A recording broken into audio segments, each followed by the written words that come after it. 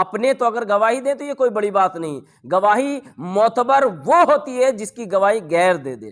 تو 100 سے بھی زیادہ غیر مسلم سائنسدانوں نے امام جعفر صادق کو دا سپر مین آف اسلام لکھا ہے، اسلام کا سپر مین کہا ہے۔ ارے میرے نبی کے خاندان کا تو ہر بچہ سپرمین ہوتا ہے۔ یہ الگ بات ہے کہ ان لوگوں کی نگاہ امام جعفر صادق پر پڑی ہے۔ امام جعفر صادق اپنے وقت کے بہترین کیمیا دان، بہترین حکیم، بہترین سائنسدان، بہترین ماہر فلکیات، بہترین ماہر نفسیات، اور اس کے علاوہ کون سا علم تھا جو حضرت امام جعفر صادق اپنے پاس نہیں رکھا کرتے۔ آپ ذرا سوچئے کہ جب امام جعفر کا یہ حال ہے تو حضرت امام باقر کا کیا حال ہوگا؟ حضرت امام باقر کا جب یہ عالم ہوگا تو حضرت امام زین العابدین کا علم کا عالم کیا ہوگا؟ جب امام زین العابدین کا یہ عالم تو حضرت امام حسین کے علم کا اندازہ کون لگا سکتا ہے؟ اور جب امام حسین کا یہ عالم ہے تو شہر علم کے باب دروازہ اور حضرت علی کرم اللہ تعالی وجہ الکریم کے علم کا، مرتبے کا، فضیلت کا اندازہ کون لگا سکتا ہے؟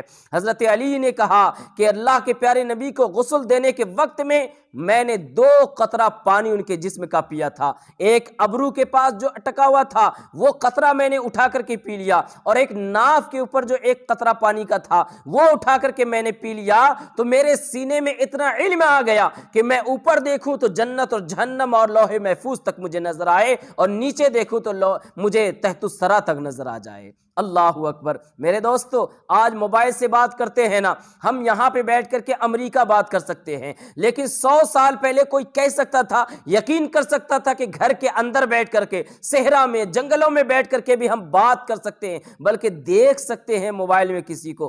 کوئی نہیں یقین کرتا، لیکن آج یقین کرتا ہے۔ کیوں؟ کیونکہ اس نے اپنے ہاتھ میں موبائل دیکھ لیا ہے۔ اسی طرح یہ باتیں، یہ جو روحانیات کا معاملہ ہوتا ہے، یہ ان لوگوں کی سمجھ میں نہیں آ سکتا ہے جو ہر چیز کو ماڈرن ٹیکنالوجی کے پیمانے پر ناپتے ہیں۔ اس کا تعلق دل سے ہوتا ہے، یہ تعلق روحانی ہوتا ہے۔ یہ وہ لوگ سمجھ سکتے ہیں جس کے اندر ذرہ برابر بھی روحانیت ہوتی ہے، تصوف ہوتا ہے۔ یہ تو ان کا علمی مقام ہے دوستو۔ ان کی عبادات دیکھو، ان کے ریاضات دیکھو، ان کے روحانی مقامات دیکھو تو آپ کو اس سے بھی زیادہ نظر آئیں گے۔ حضرت امام مالک کہتے ہیں کہ میں حضرت امام جعفر کے پاس جب بھی گیا تو انہیں 3 کام میں ضرور مصروف دیکھا، یا تو وہ نماز پڑھ رہے ہوتے تھے، یا قرآن کی تلاوت کر رہے ہوتے، یا روزے سے ہوتے تھے۔ ان تینوں حالتوں کے علاوہ کبھی میں نے ان کو خالی نہیں دیکھا ہے، یعنی ہمیشہ نماز پڑھتے رہتے تھے، یا قرآن کی تلاوت کرتے رہتے تھے، یا روزہ رکھا کرتے تھے۔ حضرت سیدنا داتا علی حجوری رحمۃ اللہ تعالی علیہ سے کسی نے پوچھا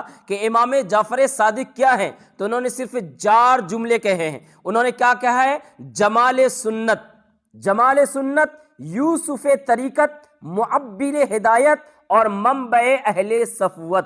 یہ 4 جملے کہے دوستو۔ اس 4 جملے کے اندر سب کچھ سما گیا ہے، ہر چیز انہوں نے بیان کر دیا۔ دنیا میں 3 ہی طرح کے علم ہوتے ہیں، یا تو دینی، یا دنیاوی، یا طب کا علم ہوتا ہے، اور حضرت امام جعفر صادق کے پاس دینی علوم بھی وافر مقدار میں تھا، دنیاوی علوم بھی وافر مقدار میں تھا، اور دنیائے طب کے وہ عظیم بادشاہ بھی تھے۔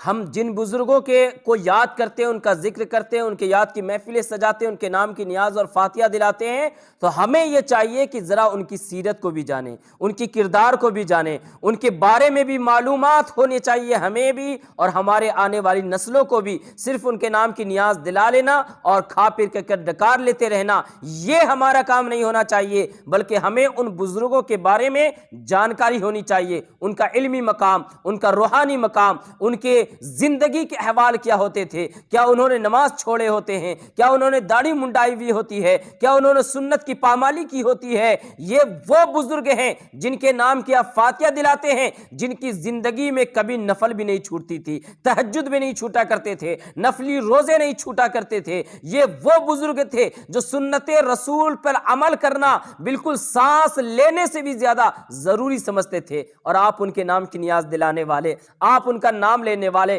محبتوں کا دم بھرنے والے، آپ رسول اللہ کی سنت کو چہرے سے ہٹا دیتے ہیں، نماز بے دردی سے چھوڑ دیتے ہیں اور سنت رسول کو بالکل پامال کر کے رکھ دیتے ہیں، حرام حلال کی تمیز کیے بغیر پیسہ ہو چاہے جیسا ہو کا نعرہ صبح شام لگاتے رہتے ہیں۔ آپ جو ان بزرگوں کا نام لینے والے ہیں، کبھی اپنے دین کا، اپنے ایمان کا، اپنے قرآن کا، اپنے نبی کا کبھی آپ کے دل میں خیال آیا ہے؟ ان چیزوں کے بارے میں سوچئے۔ صرف ان کے نام کی نیاز دلا لینے سے کامیابی نہیں ملنے والی، ان کے مشن کو جاننا ہوگا، ان کے مشن پہ کام کرنا ہوگا، ان کے طریقے پہ چلنا ہوگا، ان کے نقش قدم پر چلنا ہوگا، ان کے بڑھائے ہوئے کام کو آگے لے جانا ہوگا، تب ہم ان کے سچے پکے ماننے والے اور ان کے سچے پکے عاشق کہلائیں گے، ورنہ تو خوب نیازیں کیجئے، کھائیے اور ڈکار لیجئے۔